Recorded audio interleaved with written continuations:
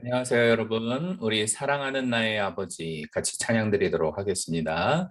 사랑하는 나의 아버지, 이름 높여 드립니다.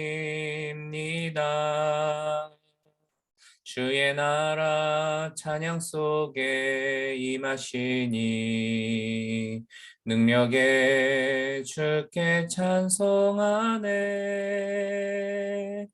사랑하는 나의 아버지, 이름 높여 드립니다. 주의 나라 찬양 속에 임하시니 능력에 주께 찬송하네.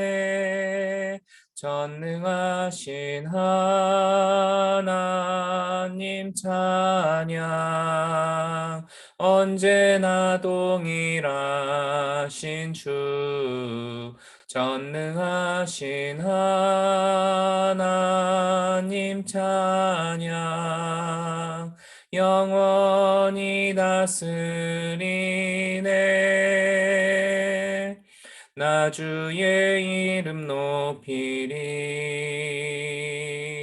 나 주의 이름 높이리. 하늘 높이 올린 깃발처럼 주의 이름 높이리. 전능하신 하나님 찬양, 언제나 동일하신 주, 전능하신 하나님 찬양, 영원히 다스리네. 아멘. 기도하겠습니다. 은혜로우신 하나님, 오늘도 전능하신 하나님의 이름을 높이며 또 주 앞에 나아갑니다. 살아계신 하나님을 배없는 이 자리가 되게 하시고 말씀 속에서 주시는 놀라운 비밀을 경험하고 체험하는 이 자리 되도록 도와주옵소서. 예수 그리스도의 이름으로 간구하며 기도드리옵나이다. 아멘. 자, 우리가 지금 다니엘서를 읽고 있지요. 그지요? 오늘은 다니엘서 5장부터 8장까지군요. 예. 다니엘서 5장부터 8장까지 우리가 읽게 될 분량인데, 그중에서 제가 다니엘 5장 1절부터 4절을 준비해 보았습니다. 다니엘서 5장 1절부터 4절입니다. 벨사살 왕이 그 귀인 1천명을 위하여 큰 잔치를 배설하고 그 1천명 앞에서 술을 마시니라. 벨사살이 술을 마실 때에 명하여 그 붙인 느부갓네살이 예루살렘 전에서 취하여 온 금, 은, 기명을 가져오게 하였으니 이는 왕과 귀인들과 왕후들과 빈궁들이 다 그것으로 마시려 함이었더라. 이에 예루살렘 하나님의 전 성소 중에서 취하여 온 금 기명을 가져오매 왕이 그 귀인들과 왕후들과 빈궁들로 더불어 그것으로 마시고 무리가 술을 마시고는 그 금, 은, 동, 철, 목, 석으로 만든 신들을 찬양하니라. 아멘. 자, 바벨론의 왕 벨사살이 그의 화려한 궁궐에 귀족 1000명을 초대해서 큰 잔치를 벌이고 있었습니다. 그런데 이때에 참 희한한 일이 발생을 하죠. 왕궁 촛대 맞은편 벽 쪽에 사람은 없는데 손가락만 나타나가지고 이상한 글자를 써놓고 사라지게 되어집니다. 메네 데겔 우바르신이라고 하는 글이었어요. 메네 데겔 우바르신. 어느 누구도 해석하지 못하던 이 글귀를 역시 다니엘이 해석을 하게 되어지죠. 다니엘은 이러한 해석을 내놓습니다. 메네라고 하는 말은 세어보고 끝나게 했다라는 뜻이고, 두 번을 메네 했다라고 하는 것은 강조하기 위함이다, 이렇게 말을 하지요.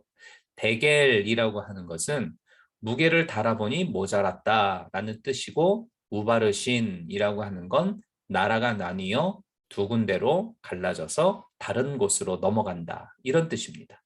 그러니까 다니엘이 이 글을 해석하고 나서 얼마 있지 않아서 파사군대의 공격으로 세상을 호령하고 주무르던 강대국 바벨론은 결국은 하루아침에 멸망을 하고 말게 되죠. 메네 데겔 우바르신, 하나님은 개인과 가정과 국가의 행동을 달아보시고 죄악의 수위가 점점 높아져서 이젠 안 되겠다 판단하시면 경고를 하시고 그 경고에서도 회개치 아니하면 결국 심판하십니다. 자, 그러면 오늘 이 심판받게 되어지는 이 벨사살 왕의 죄는 무엇이었는가 한번 살펴보도록 할게요. 첫 번째는 교만의 죄였습니다. 벨사살 왕은 바벨론의 온갖 영광을 누리면서 자기는 아무것도 두려울 것이 없고 자기가 통치하는 이 나라는 영원히 견고할 것이다 라고 생각을 하면서 사람은 물론 하나님도 두려워하지 않았습니다. 하늘을 찌르는 그의 교만이 결국은 하나님의 심판을 불러왔던 것이죠. 사람은 겸손해야 됩니다. 자기의 지혜나 지식을 자랑하지 말고 또 그것에 의지하지 말고 자기의 소유나 건강도 누군가에게 드러내면서 자랑하지 말고 늘 겸손해야 됩니다. 아무리 비가 많이 와도 산 꼭대기에는 물이 고일 수가 없고 낮고 낮은 골짜기에 물이 고이는 것처럼 아무리 하나님의 은혜가 충만해도 높이 솟아있는 교만한 사람에게는 이 은혜가 그대로 머물러 있을 수가 없는 법입니다. 벨사살 왕의 두 번째 죄는 하나님을 모독한 죄였어요. 그는 잔치가 무르익고 술이 다들 취하자 자기 아버지였던 느부갓네살 왕이 예루살렘에서 빼앗아 왔던 하나님을 예배드리기 위하여 사용되었던 그 그릇들을 가져오게 하지요. 그리고 겁도 없이 그 거룩한 그릇에다가 술을 따라서 모든 사람으로 하여금 마시게 만듭니다. 그러니까 하나님만을 위하여 쓰여져야 했던 그 거룩한 그릇들을 방탕한 축제에 또는 파티의 도구로 술을 담아 사용함으로써 지극히 거룩한 것을 한없이 욕되게 함으로 하나님을 모독하였던 거죠. 거룩한 것을 욕되게 하는 건 하나님을 모독하는 큰 죄요, 망할 죄입니다. 성경은 바로 우리의 몸을 그리고 우리의 육신을 하나님을 모셔드린 거룩한 성전이다라고 했죠. 바로 나의 몸은 온전히 나의 것만이 아니라 바로 하나님을 모셔드린 성전입니다. 따라서 우리 안에 거룩하고 순전하고 그리고 신실하고 의로운 것들로 채워나가면서 살아가는 우리들이 되어져야 되겠습니다.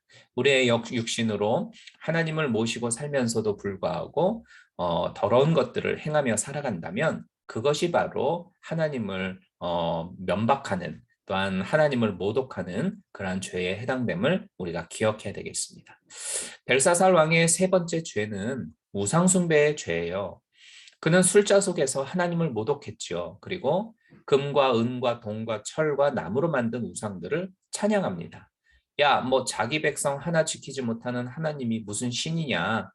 자기 성전의 기물 하나도 보호하지 못하는데 그게 그따위가 무슨 신이냐? 하면서 하나님을 조롱하죠. 그리고 바벨론의 이방 신들이 바로 참 신이고 능력 있는 진짜 신이라고 이렇게 찬양을 합니다.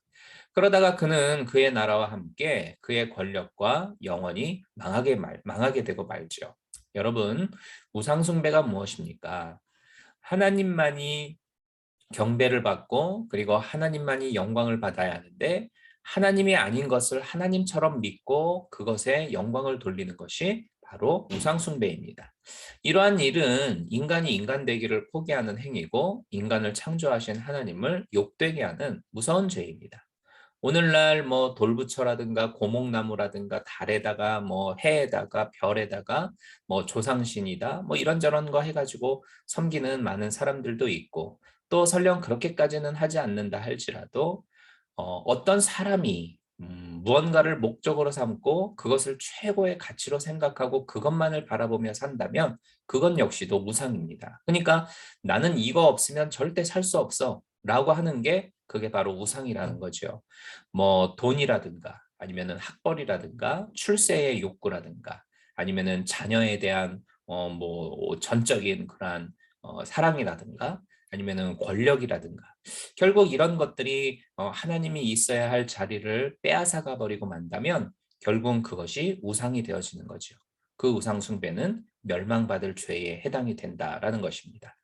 여러분 오늘 하나님은 이 벨사살 왕의 행위를 저울에 달아보시고 그를 가차없이 멸망에 던지신 것처럼 우리의 행위도 저울에 달아보시고 우리를 심판하는 분입니다.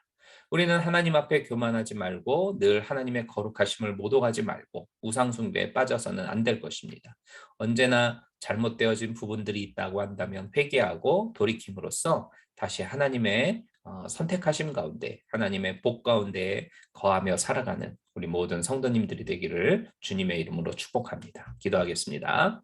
내려오신 하나님, 오늘 이 말씀처럼 늘 우리의 삶을 돌아보고 하나님 보시기에 합당한 것이 될 수 있게 하여 주옵소서.